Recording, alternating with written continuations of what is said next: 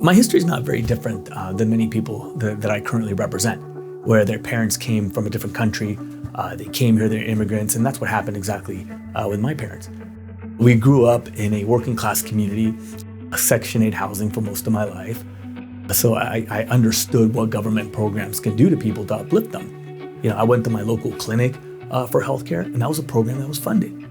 I had real bad asthma when I was a kid. I still do, but I run and I keep it in check, and I learned to keep it in check because I had healthcare coverage that came through a clinic.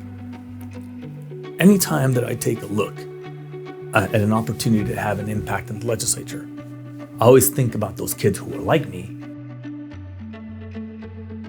I was the first one in my family to ever go to a college, and in fact, probably the first person in my neighborhood to have ever had access to college. And I went and I discovered a whole new world. Then discovered I wanted to go to university. And I had my eyes set on UCLA. In Spanish, they called it La UCLA. So my parents would talk about La UCLA. And so I was determined that this is where I wanted to go. When I take a look at the work that we do today, it connects very much to the upbringing that I had and that many people also in the legislature had, whereas you get up there and you fight for the things that matter for the people that you represent. This pandemic has taught us a lot. We found out that in my own backyard, in my own neighborhood, there were seniors who didn't have food. And we gave them food, we drove to their houses, we gave them groceries, and we immediately started finding out when we were handing out food that people were coming out of their houses and asking if we had more.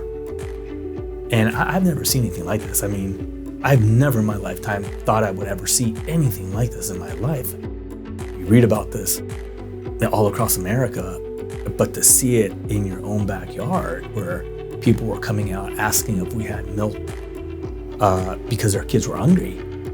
I remember a conversation I had with a gentleman, maybe in mid-40s, and he comes out and the look on his face completely changed how I saw what we were going to do in that office. What started off as 40, 60 people of various needs turned into thousands of people a week. What you learn is that every person has the ability to change someone's life. Change doesn't happen in the abstract. You have to engage. You have to get your hands dirty. You have to roll up your sleeves. You have to be part of what you want to happen tomorrow. If you want to improve a neighborhood, you have to get involved and you have to go do something about it.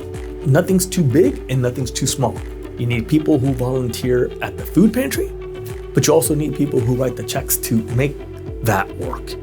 You have people who have the talent to advocate for policy. You have the people who can implement the policy. You cannot underestimate enough the power of one person to make a change.